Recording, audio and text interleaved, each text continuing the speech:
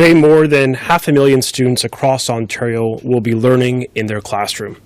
This is important progress and only been made possible by the vigilance and the sacrifices all of us have made to stop COVID-19 from circulating within our communities.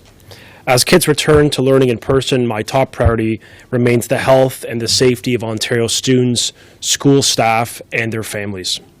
On this point, I've been uncompromising. Throughout the pandemic, schools have remained safe and kids have continued to learn. This is not by accident, but rather is a reflection of the comprehensive investments and the measures we have put in place following the expert advice of the Chief Medical Officer of Health. Furthermore, on the advice of medical leaders and with our commitment to continually add layers of prevention onto our schools, we have strengthened measures for when kids return, including enhanced screening when students and staff walk through their school doors in the morning, mandatory masking and better quality masks for students in grades 1 to 3, including when outdoors if physical distancing cannot be maintained, and province-wide targeted asymptomatic testing using both rapid and lab process tests based on the specific circumstance and as decided by the local public health unit. When we first launched targeted asymptomatic testing for students, staff, and their households, we started in parts of the province which at the time had among the highest numbers of active COVID cases in Toronto, Peel, Ottawa, and York Region. Under this initiative, 63 schools participated and approximately 9,000 tests were completed with approximately 200 new cases identified. Through these tests, we found that under 2% of all student cases came back positive, and the majority of positive cases were found in those outside of the school. Today, I'm announcing that we are expanding this testing approach to other areas of the province for schools and childcare settings experiencing either outbreaks or high case counts, or if they happen to be within high priority communities. The first phase of this testing has made it easier to track and prevent the spread of COVID-19 within our schools by helping to identify cases early, to inform public health decisions, and ultimately to manage any outbreaks.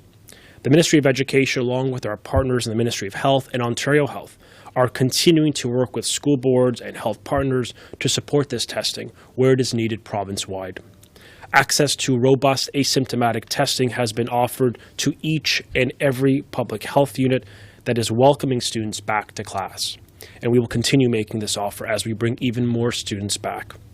In addition to expanding testing and other safety protocols, today we are allocating an additional $381 million in targeted funding to go even further in protecting health and safety of our students.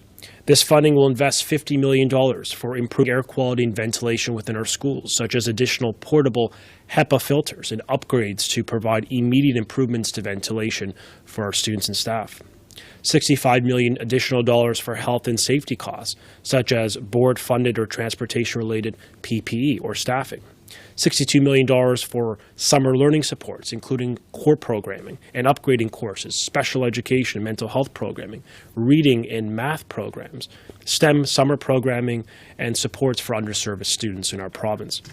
We're also announcing an additional $10 million to support mental health of all students and the support of the implementation of the new School Mental Health Ontario Action Kit, funded and additional funding for Kids Help Phone. We're providing $60 million for online learning, including elementary remote learning course packs, $80 million for student devices such as more laptops and tablets, and much more. And with this additional funding, Ontario schools are being provided with more than $1.6 billion in critical supports to protect the health and safety of our students, of our staff, and of all Ontario families. Now, I've spoken to you about how many schools are experiencing short-term staffing issues because of the COVID-19 pandemic. Now, despite what some will say, there are not tens of thousands of teachers available to enter our schools and educate our students. To ensure we keep distancing in our classroom, we need to be creative. To provide immediate access to potentially thousands of young, capable, innovative educators, we have worked with the Ontario College of Teachers over the past weeks to introduce a new temporary certificate for eligible teacher candidates that will allow school boards to employ eligible teacher candidates when there are no occasional teachers available from their current lists. This is an important initiative that will benefit students in schools across the province and provide valuable work experience for the future leaders in our education system. Crucially, it means that we will meet our staffing needs and will be able to keep our schools open. At the heart of our public education system is a shared responsibility to ensure the success of all students. That's why our government remains firmly committed and focused on providing school boards, students, and families with the resources they need to stop the spread of COVID-19. As Minister will do, and our government will do everything within our power to ensure that schools continue to be safe, healthy spaces for our students, teachers, and all staff. Thank you. I'll take some questions. We'll go to the phone lines for questions. Just a reminder, it's one question and one follow-up. First question. From Haley Cooper at Newstalk 1010. Please go ahead. Thank you so much. Minister, we have to ask exactly why you're holding this news conference today. With all due respect, there doesn't seem to be anything really new here for parents in terms of any kind of clarity about when their children will return to classrooms. So are students in the hot zones returning to in-class learning on February 10th, yes or no? Well, there's 280,000 more students returning to class today. We do believe it's important parents understand the new protocols and measures put in place, more details around our asymptomatic testing program, upwards of 25,000 scalable tests per week that can be deployed in addition to the antigen testing that's being layered in, especially as we deal with the new variant. We've introduced new protocols and requirements for staffing and for student screening before they enter our schools, a mandate of masking now down to grade 1, a better quality mask for those young children.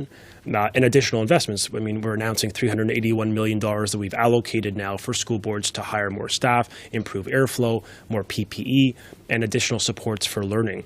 In the context of the way forward, I think we've been consistent that we want to get all students in all regions of our province back to school. That is a consensus position of our government with the medical community. We heard clearly from the Council of Medical Officers of Health, and we agree with the premise. It is important for children to be within schools for their mental health and their development. And we are looking forward to advice from the Chief Medical Officer of Health and medical community about how we can get all students back. We know parents want certainty on the matter, and we hope we can provide that in the coming days based on risk assessment and, more importantly, based on the new protocols, the stronger, stricter protocols put in place to make sure that when we reopen, all kids can be safe in this province.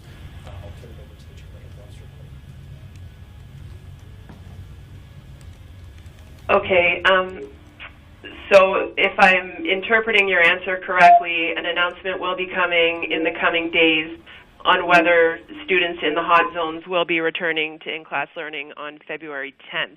If that's incorrect, then you can correct me in your answer to my next question. But is there any consideration being given to canceling the March break to try and make up time that's been lost? So the short answer is we hope to provide that clarity to parents based on the advice of the Chief Medical Officer of Health. That analysis is being done in real time.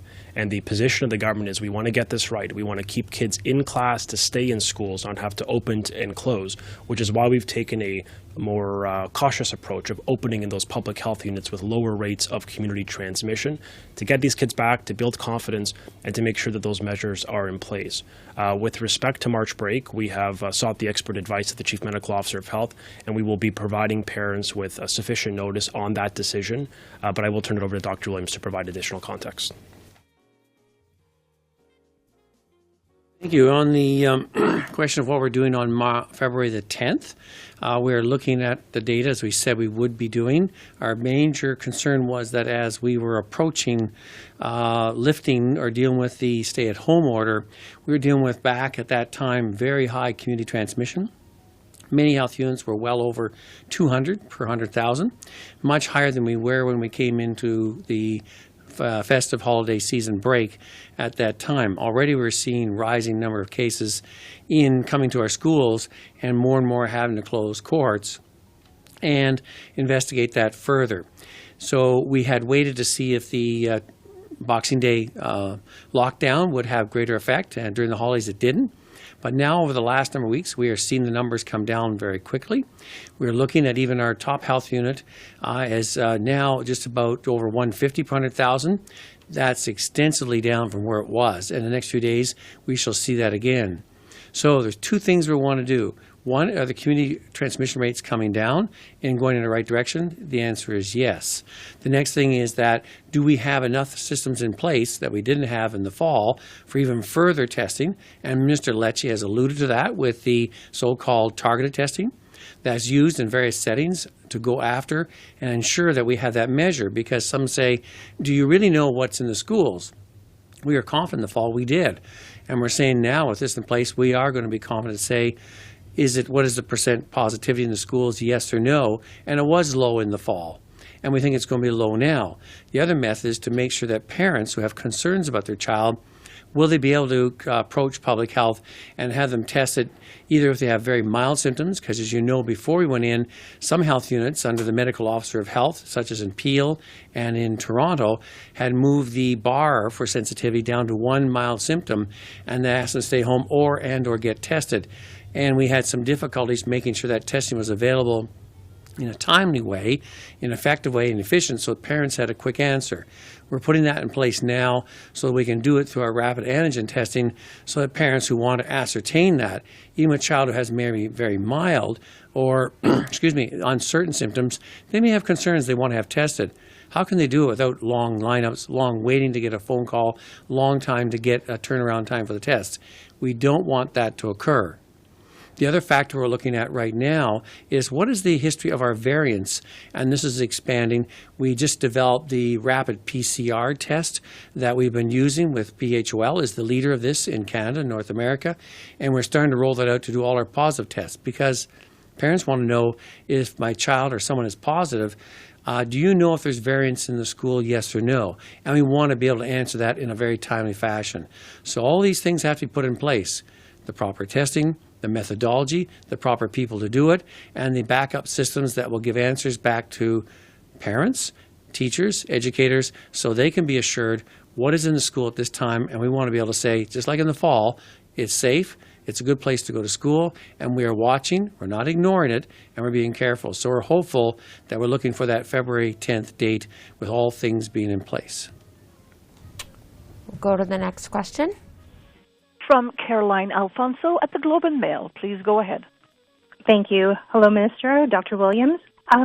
Would you please share with me the specific metrics that you're using to reopen schools when you say you're looking for rates to go down? Down to what? Dr. Williams, I'll turn to you. So, not an exact number per se. We would like them all down, ideally, quite low, but we know, one, that from our feedback from our public health measures table and from our Council of Medical Officers of Health and talking with medical officers of health that if the rates are still showing community transmission up in the levels of, let's say, under 200, they're now 100 to 150 in that range there, can they still open? I say yes, with proper checks and balances. What the minister's announced and what we're saying from a rapid antigen testing protocol for health units to deliver and offer so that they can quickly assess not only the safety of the child, maybe siblings and or family if needed to be, in a way that is convenient, safe, not the nasopharyngeal swab, but the lower nasal swab, so much more amenable to, say, repeat testing for young children if necessary, because some will find it difficult to get them to cooperate many times on the nasopharyngeal swab. So all these things in place saying, can we open up with some ongoing community transmission? Because one thing we're doing a lot more now is we're doing a lot more testing. Over the holidays, we've gone up many times to mid 75,000 in one day, and we can go even higher. That's the difference. We know what's going on in the communities, but how do we make sure that that separation is occurring between the community and the school? Because we don't want them mixed, and we want to keep the cases out of the school. As we did in the fall, we want to do it again now, because once we open, we want to stay open. Follow up? That doesn't really answer my question because I'm confused. London and Ottawa reopened its schools today, but Brant County, which has lower rates and a lower positivity rate, still remains closed. So what metrics are you using to determine how to reopen schools? Thank you. We use a number of metrics, and we also consult with the medical officers of health. We had consulted with both a number of them, and in the case of Brant, we discussed it with the medical officer of health, who was not comfortable at this time to open, and we respected that opinion of what was going on in their community. Ottawa, with Dr. Etches, was more than eager, and with their systems in place, they said they could offer it and undertake that at this time. So there's our metrics, there is the trends and directions, as well as the systems that are there for the backup, and most importantly, the local medical officer of health. How do they feel about where they are with what's going on in their community, with the movements in and out of their respective health units? How do they feel that that would make it safe yet to open or not in that context? So in that case, we did have that consultation, and they said they would prefer to wait and to open with the others in due process. Next question. From Chris Rushery at the Toronto Star. Please go ahead. Yes, thank you.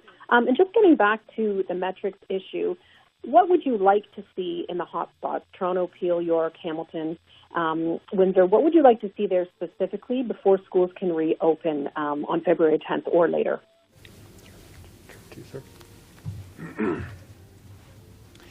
We want to see, with the medical officer of health, their plans to say, opening now on the 10th, what do you have all in place? Are you satisfied that you feel is, one, the school should open, and that you have the backup systems and things in place to assess any situation as assertively and as quickly as possible, so that we will not have, as we did before, as we didn't have before, we did not have transmission in the schools documented. We don't want transmission in the schools, and we want to keep that out. So we're asking them all now to put those plans in place, and all the preparatory work. We've done our part. We've changed the methodology, got approval from the company to make it amenable for lower nasopharyngeal. That took time to get that in place. We changed the regulations so it doesn't have to be delivered by a regulated healthcare professional, to allow a larger cadre of people to be involved in that. We put our documentation systems in place. So there's a number of tools that need to be in there, accompanied with what the Ministry of Education has put in place, that will give the parents, because a number of parents are wondering, how are you going to persuade us that it is safe? We want to make sure you're informed and you know what's going on in your school and in your area, and you know it's safe for your child to go to school and for your family to be involved in that. So we want to reassure them, and we're asking our medical officer of health, get that in place. Are you ready for, say, for the 10th? If you're all ready, including the hot spots, then we're ready. Follow-up. What kind of supports are you going to be giving boards and public health units for the expanded testing? Are you going to be giving them tests, lab space, staff, and will you be giving them any direction on whereabouts and when they should be doing this testing? The ministry has worked to procure capacity of upwards on a scalable level of 25,000 PCR tests, an additional 25,000 antigen tests that can be deployed in any public health unit as decided by the medical officer of health. We are deferring to the medical expertise of the local medical officer of health. They know their communities, and they will deploy the testing either or within schools on a need basis. And that's why that capacity was built up. It's why we took action to ensure on day one when we reopened schools in this province, we had that PCR capacity, which will be very helpful in expanding the targeted asymptomatic program in all regions of the province. An additional layer, as noted by the Chief Medical Officer of Health, is the antigen testing. In part with these new variants, we want to make sure parents have access to immediate and efficient and fairly seamless testing. And as the Chief Medical Officer of Health said, for a child that has any symptom, they can use this rapid antigen test. Roughly an hour later, they'll be result. That type of speed is a strength. We want to really reassure parents that we have that type of testing capacity both on a symptomatic basis and on an asymptomatic basis to make sure the schools remain safe. In addition, part of the announcement today is providing more funding for better PPE, for more PPE, for additional staffing and health and safety investments, particularly for airflow. When you look at it as a comprehensive plan, or you look at it on its totality, the plan has helped us. This plan fully funded and endorsed by the Chief Medical Officer of Health. That allowed us in the fall to get us through with success. As the kids has noted, at a time of lower community transmission, the plan worked quite well. We aim to strengthen it because part of the responsibility for us, both in government and in the medical community, is to make sure that we're responding to a changing risk profile. And for parents out there, they see what's taking place within our communities. They want to make sure that these schools are safe. And we are not going to be static in our thinking. We're going to continuously add more investments, more measures, and stricter protocols in place to make sure that all staff and all students can remain safe in the province. Next question. From Randy Rath at CHCH-TV. Please go ahead. Hello. I'm wondering, when you talk about discouraging kids from congregating on their way in and out of school, realistically, how do you achieve that? Is somebody going to enforce it? What are you going to do to make that happen?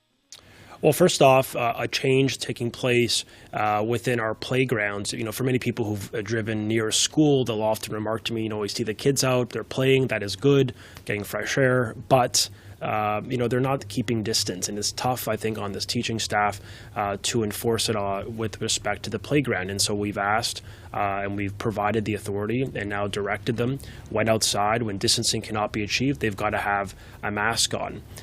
In addition to that, what we're signaling, I think, both to staff and likewise to parents, is the necessity, especially given the heightened level of community transmission we've seen over the past period of time, that parents and students do not in any way, or parents do not permit their children in any way to congregate after class or before class. A much stricter enforcement of that principle. We appreciate this is going to require the partnership of everyday parents, of children, of staff. All of us have to be in this together, as we've seen that collaboration, that sort of unity of spirit in the fall that really got us to the present, keeping schools open and safe. We are really leaning into that, and we're providing a much more stricter direction, if you will, signaling that any type of congregation after school on the weekends, it has to be limited to make sure that we are not in any way compounding or exacerbating the potential spread of this disease, especially given these new variants. We've got to be absolutely vigilant and really enforce that principle at home, on the playground, as we are now doing, and likewise within our schools. Follow up? And also, when you're talking about masking kids in grade 1, 2, 3, are you going to supply masks for them? Where can you get masks that properly fit a small child's face?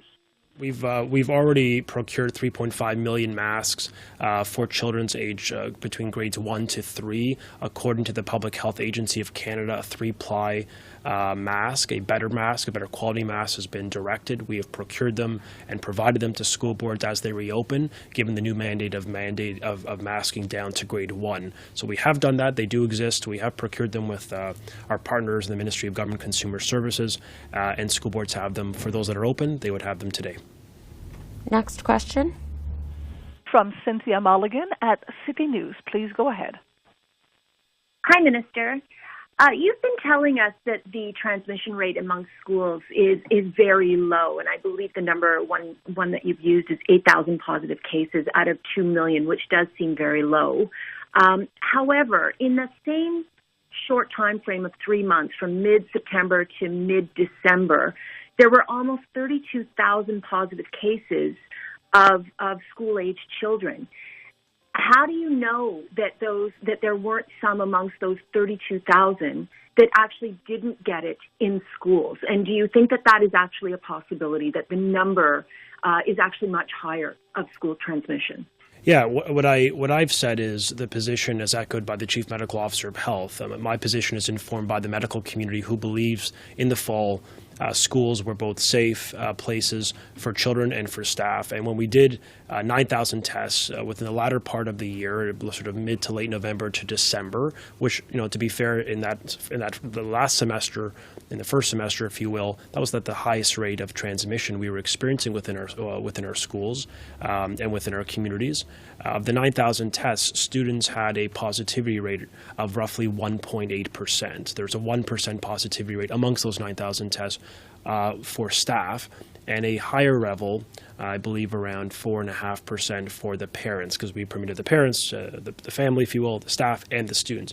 I think what that indicated, the first phase, is that on the asymptomatic level, that spread just was not there. And we were, the public health units across the province weren't, targeting the lower risk neighborhoods. They were really going into some of the highest rates of positivity to really understand, can we identify any cases and better understand the rate of spread within schools. That helped inform the position that schools have remained safe and not been places of transmission, largely brought in from the community. But this is a position that's been provided by the Chief Medical Officer of Health, and one that we feel confident with the additional testing, both PCR for asymptomatic and the antigen testing, rapid 1 hour testing for symptomatic parents. We think this will really help us maintain that reality and keep schools safe. But I will permit the Chief Medical Officer of Health maybe to build on that principle.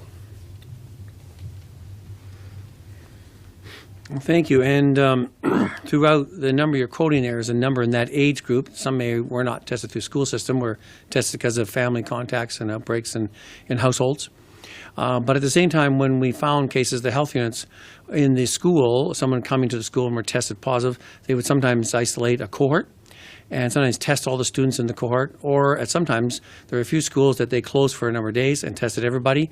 In that, they didn't find very many positive cases related to those cases. They tend to find that most were coming to the school positive rather than having obtained it in the school.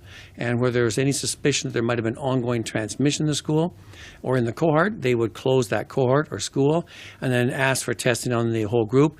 And sometimes that took some time to put together. But now with what Minister Lecce is offering, that's going to be readily, quickly available if a health unit is concerned that there may be ongoing spread, even a possibility of it. Test the whole school and see what you find in there. Of course, it's voluntary, and you want to ascertain that. But you want to be able to say, as in the past, we found very few outside of the cases that showed up in the school positive at that time.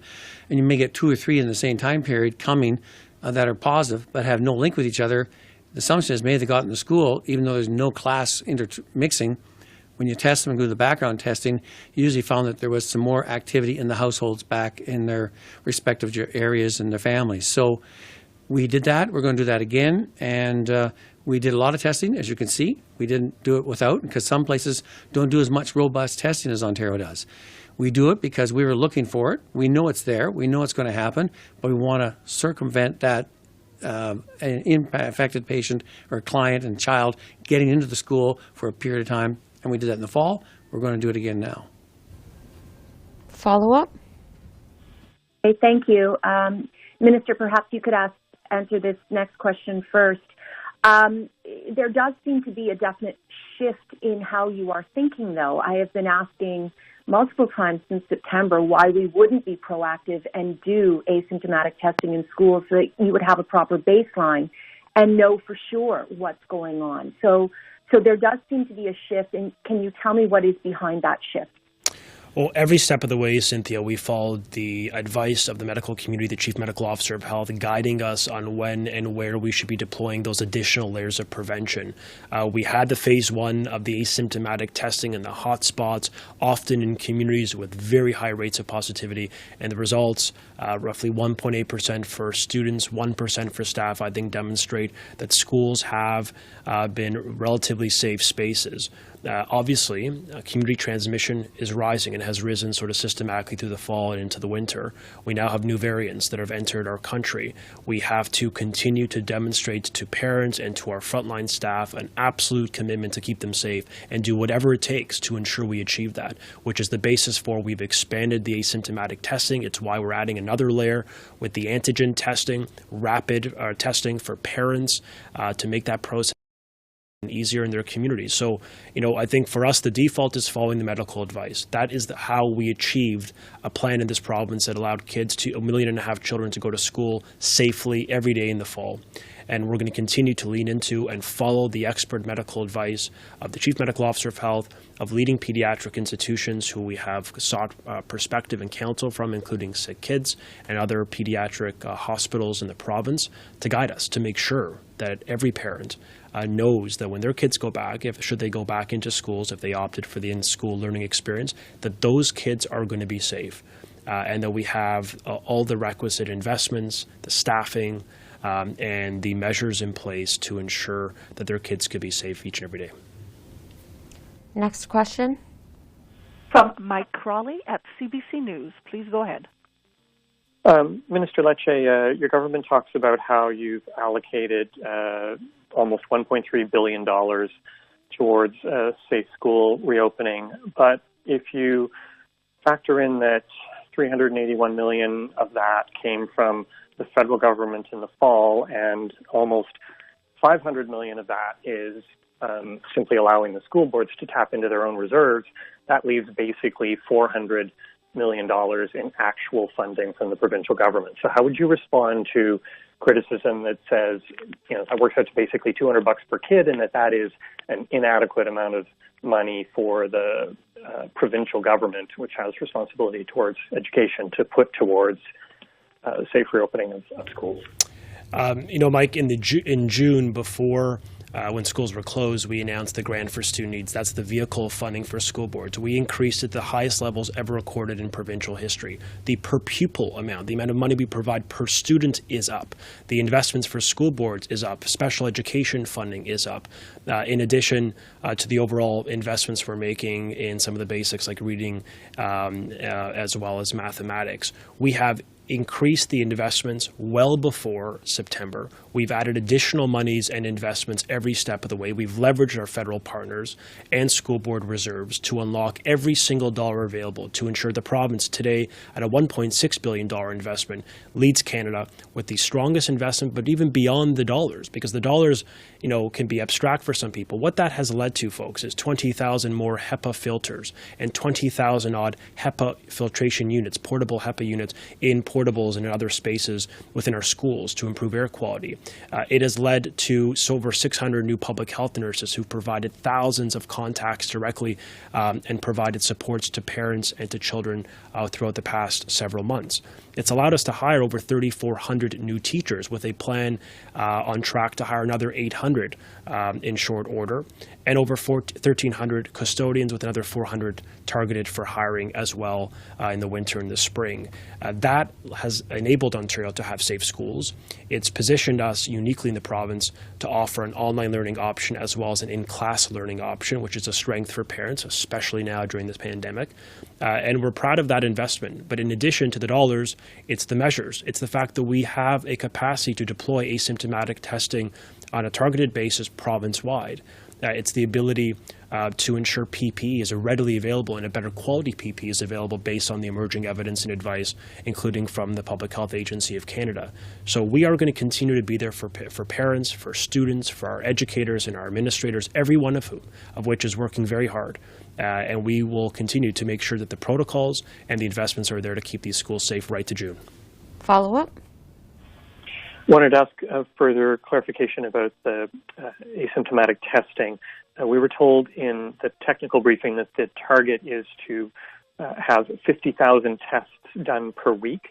Can you tell me when you expect to be able to reach that level, whether it's a date or a number of weeks after everyone is actually back in class? And what's the total allocation of money specifically to testing at the schools? Because we were also told in the technical briefing that the money that the province has written down as being allocated towards testing, $23.6 million, actually a big chunk of that was towards testing of school-age children at the assessment centers. So clarify how much money is being spent towards the asymptomatic testing programs at schools, and as well a target date for when you're going to hit 50,000 tests per week.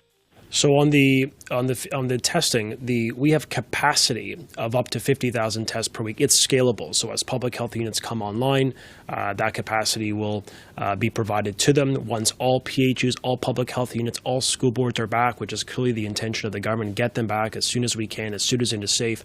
We will have capacity for upwards of 50,000 tests, a blend of the PCR and the antigen tests.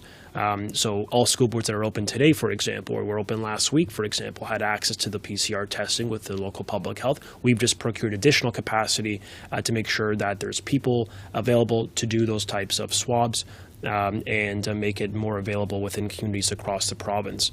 I think that really was a priority for us over the winter period to make sure that that capacity exists. This will be the last question. From Ian McLennan at Barrie 360. Please go ahead. Hello, Minister. Before you start, if I may, just before you start, if I may, Mike also asked about the monies associated. We allocated roughly, I believe, $23 million in the summer for testing, which would have covered the asymptomatic testing. Some of the unused dollars there will be applied for this testing capacity expansion, and we're allocating additional monies to do that. So the point is we are working in partnership with Ontario Health to make sure we've got the actual testing kit. We have procured the people to do it, to be deployed according to the regulation, to get into our schools and to other community centers to do it. So the monies are set aside. We have more than enough than we will need to get us through this school year, and that's partly based on the original investment in the summer of 23-odd million for testing in the province for schools. Pardon me. Hello, Minister.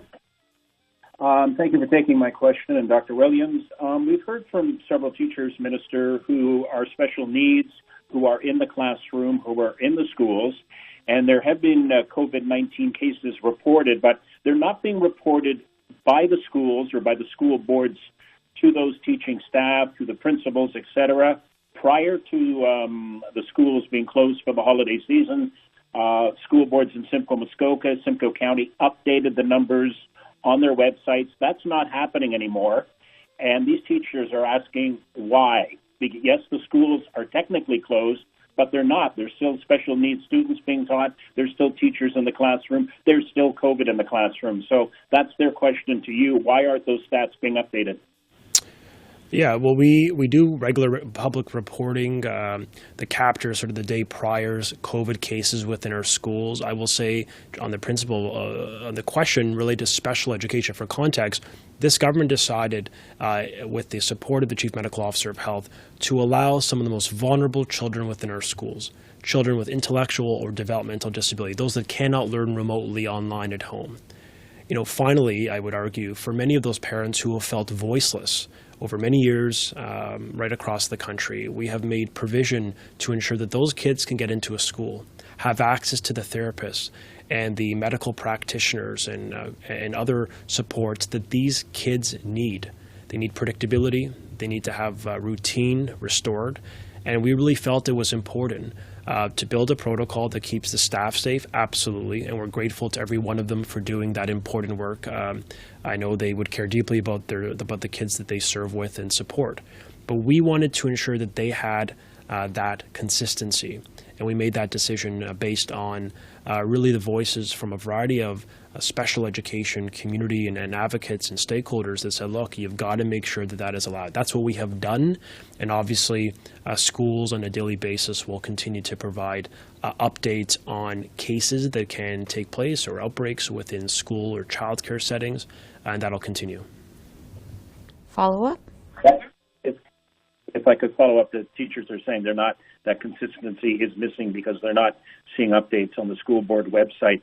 But if I could move to our Chief Medical Officer of Health has said that Barrie is ground zero for the COVID UK variant. How much of a factor will that play in a decision to reopening schools, specifically Barrie proper or in Simcoe Muskoka, aside from the so-called regular COVID, if you like? You raise a good point, and that's why we want to make sure we're addressing in a timely fashion the possibility of the role of variants. We're doing a point prevalence study right now. We hope to have some results in the next day of what percent are we seeing in Ontario and on the community basis. The issue in Barrie is a institutional outbreak. Unfortunately, and they are we're taking many steps to try and contain and deal with it. Unfortunately, there's been a number of lives lost as well, as we've seen the impact of how the variant can work in a congregate setting. The question under the Medical Officer of Health, Dr. Gardner, is it out in the community? So we're doing some further testing, trying to ascertain if there's been spread beyond the institution with all the controls and measures in place. So far, we haven't seen that. It doesn't mean we're not going to look for it. And as well, when we want to say we're going to open the schools in that area, in any area, that's why we're asking to have the mild symptoms tested in a timely fashion so we can get the testing done. If it were to be positive, we would then screen that for the 501 variant to ascertain as quickly as possible to inform ourselves whether the variant is actually into our schools or within school-age children. We haven't seen it yet, and we are announcing we continue to do our testing on that. And besides the airport testing, we're going to be doing real-time of any of the positive PCRs, running them through our special PCR we have here in Ontario that we can identify in a very timely fashion rather than wait 2 or 3 weeks for the full genome sequencing to say we do have variants, and then we'll confirm what those ones are. And we'll have some more comments to make about that this afternoon. So again, we'll consult with the local medical officer of health. Situation is that evolving institutional outbreak, how well it's contained, and is there any evidence of any spread of variants outside that? And we're being appraised of that day by day. And so far it seems to be contained, but we can't conclude that or assume that until we finish our thorough investigation. Okay. Thank you very much. I appreciate it.